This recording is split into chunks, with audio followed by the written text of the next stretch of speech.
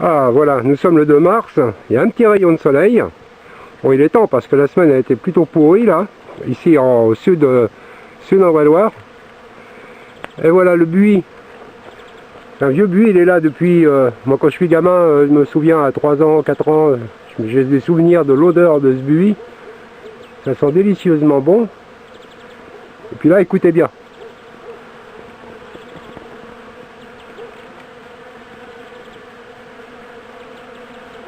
Il y a au moins une ruche presque entière d'abeilles dedans.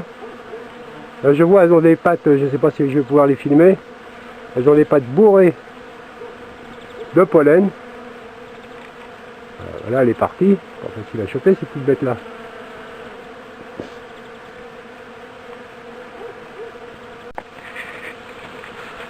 Alors les abeilles vont bien sûr faire du miel avec un pourcentage de pollen du buis. Alors peut-être qu'elles vont s'en servir aussi pour se soigner. Mais en tout cas, je pense que si le miel a une proportion de pollen de buis, c'est sûrement loin d'être inintéressant. Car on peut profiter alors de ces vertus de façon peut-être à dose infinitésimale, mais on sait que les doses infinitésimales sont aussi bénéfiques pour la santé. Alors voilà le tronc de celui-là.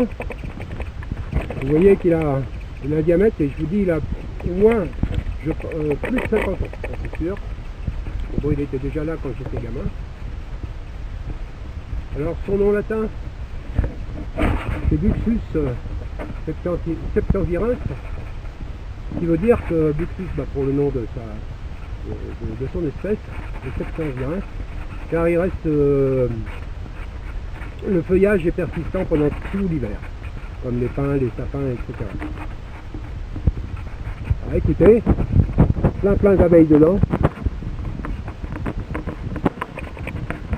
Les branches sont généralement très noueuses. Voilà, j'en ai coupé une parce que deux même, ça me gênait. Là, c'est à l'entrée d'un cellier. Voilà. Alors, la plante est connue, notamment des chrétiens, car c'est celle que l'on utilise à l'occasion de la fête des rameaux, qui va être bientôt d'ailleurs, pour les faire bénir, et que l'on va utiliser pour protéger les maisons, et aussi pour déposer sur les tombes en mémoire et protéger l'âme des gens. Alors je ne sais pas si elle est aussi employée à l'époque païenne, ça je ne sais pas, mais bon, probablement. Ah bon. Donc pour la petite histoire, le buis c'est une plante qui est très mal connue comme plante médicinale, alors que pourtant elle a beaucoup de vertus. Bon, il n'y a pas que médicinal, puisque son bois c'est un bois très dur, qui sert notamment pour les sculpteurs, les tourneurs, car il a un grain très fin. Et au niveau des vertus médicinales ou ce qu'elle peut apporter à l'homme, elle est réputée pour faire repousser les cheveux aux gens qui ont de la calvitie. Pour cela il faut faire une décoction. Je connais pas très bien la recette. Bon, sinon il faut le savoir, on peut faire des décoctions avec aussi, qu'on peut prendre de façon interne. Alors ça a plein de vertus, c'est régulateur de la circulation sanguine, c'est aussi un bon antiviral. Alors les décoctions peuvent être aussi très bonnes pendant l'hiver, pour soigner la grippe et surtout faire descendre la fièvre. Alors comme c'est un antiviral, effectivement les effets se conjuguent, le fait que ce soit une plante antivirale et aussi anti-fièvre. Et bon, il faut prendre généralement l'infusion le soir, une décoction, et puis se coucher, puis laisser transpirer. On transpire beaucoup et effectivement c'est ce qui va faire descendre la fièvre. Un soin externe, pour traiter la plupart des maladies de peau, comme l'herpès, le zona, les mycoses, les ulcères, voire les plaies aussi.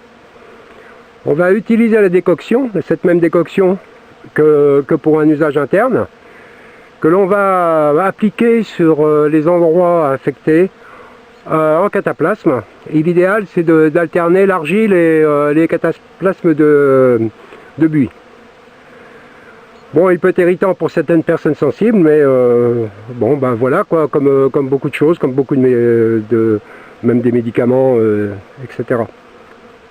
Bon, de toute façon, a priori, il ne saurait être toxique vraiment qu'à haute dose, mais pas, de toute façon, pas en décoction ni en tisane.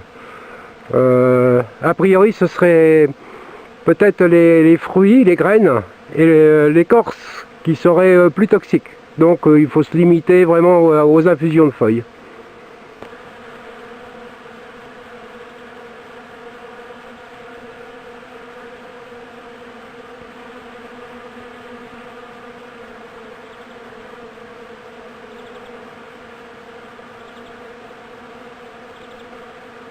Et à entendre toutes ces abeilles travailler, je crois que je vais m'y mettre aussi. Ben, ça va être l'époque des semis et je vais commencer.